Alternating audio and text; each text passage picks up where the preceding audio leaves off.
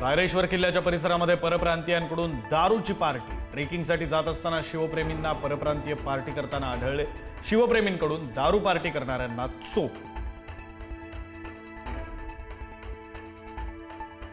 बेईमानी केल्यास 5 वर्ष दरवाजे बंद करणार। चंद्रशेखर बावनकुळेंनी कार्यकर्त्यांना भरला सज्जड दम। तुम्हाला काय वाटतं? तुमचे व्हॉट्सअप सर्व्हेलन्सवर नाहीयेत?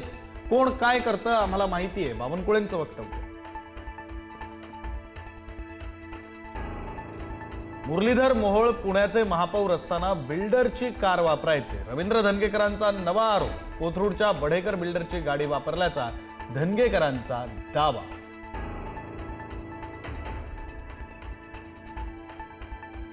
जतमधील राजाराम बापू पाटील कारखान्याचं नाव अज्ञातांनी बदललं। राजे विजयसिंह डफळे साखर कारखाना असा नवीन फलक लावला।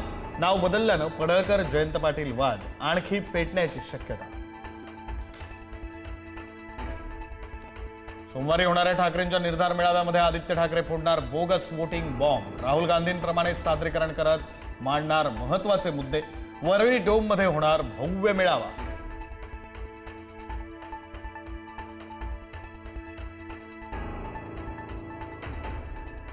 मुंबई क्रिकेट असोसिएशनची येत्या 12 नोव्हेंबर रोजी अध्यक्षपदाची निवडणूक। अध्यक्षपदासाठी अनेक नेत्यांकडून शरद पवारांच्या भेटीगाठी। कोण बाजी मारणार याकडे लक्ष।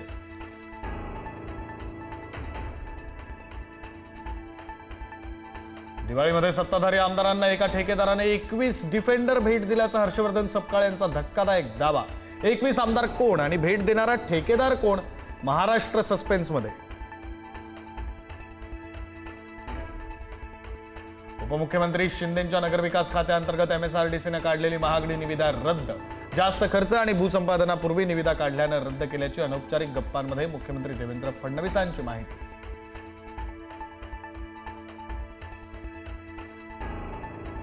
कापूस आणि सोयाबीन खरेदी केंद्र अद्याप बंद असल्यानं शेतकऱ्यांची कोंडी। संतप्त शेतकरी रस्त्यावर उतरण्याच्या मार्गावर। आमदारांच्या घराला घेराव घालण्याची ही तयारी।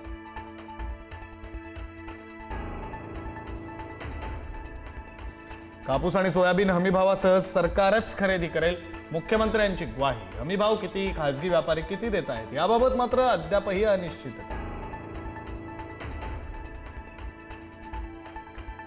जालन्याच्या अंतरवाली सराटीमध्ये आज मनोज जरांगे पाटील यांची महत्त्वाची पत्रकार परिषद। शेतकरी आंदोलनाच्या पार्श्वभूमीवर भूमिका जाहीर करणार।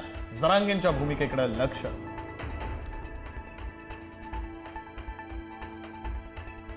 संभाजीनगरमध्ये आज RSS विरोधात वंचित बहुजन आघाडी आक्रमक आंदोलन करणार। कॉलेज बाहेर RSS कडून होणाऱ्या सदस्य नोंदणीच्या विरोधानंतर वंचितच्या कार्यकर्त्यांवरच गुन्हे दाखल। लाडकी बहीण योजनेसाठी सुरू केलेल्या ई-KYCला तात्पुरती स्थगिती। स्थानिक स्वराज्य संस्थांच्या निवडणुकीआधी लाडक्या बहिणींची नाराजी दूर करण्याचा प्रयत्न। पालघरमधील आरोग्य विभागाचा भोंगळ कारभार पुन्हा एकदा चव्हाट्यावर। प्रसूतीसाठी आलेल्या महिलेची 12 तास देखभालच नाही। मोखाड्यात नवजात बालकाचा दुर्दैवी मृत्यू। गडचिरोली जिल्ह्यामध्ये 6 नोव्हेंबरपर्यंत जमावबंदी। जिल्हाधिकाऱ्यांनी लागू केले आदेश। सार्वजनिक कार्यक्रम घ्यायचा असल्यास पूर्व परवानगी आवश्यक।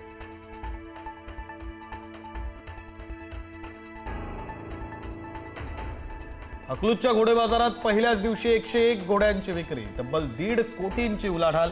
महिनाभर सुरू राहणार घोडे बाजार।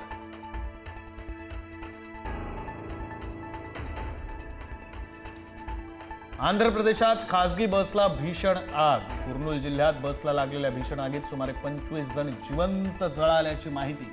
बस चिन्ना टेकुरू परिसरात एका दुचाकीला धडकली आणि आग लागली।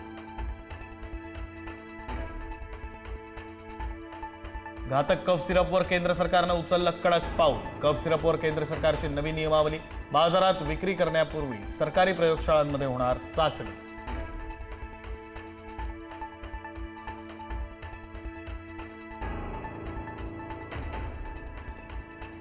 वर्ल्ड कपमध्ये भारतीय महिला क्रिकेट संघाचा न्यूझीलंडवर दणदणीत विजय। टीम इंडियाची सेमीफायनलमध्ये धडक। स्मृती मंदानाची पुन्हा शानदार खेळी।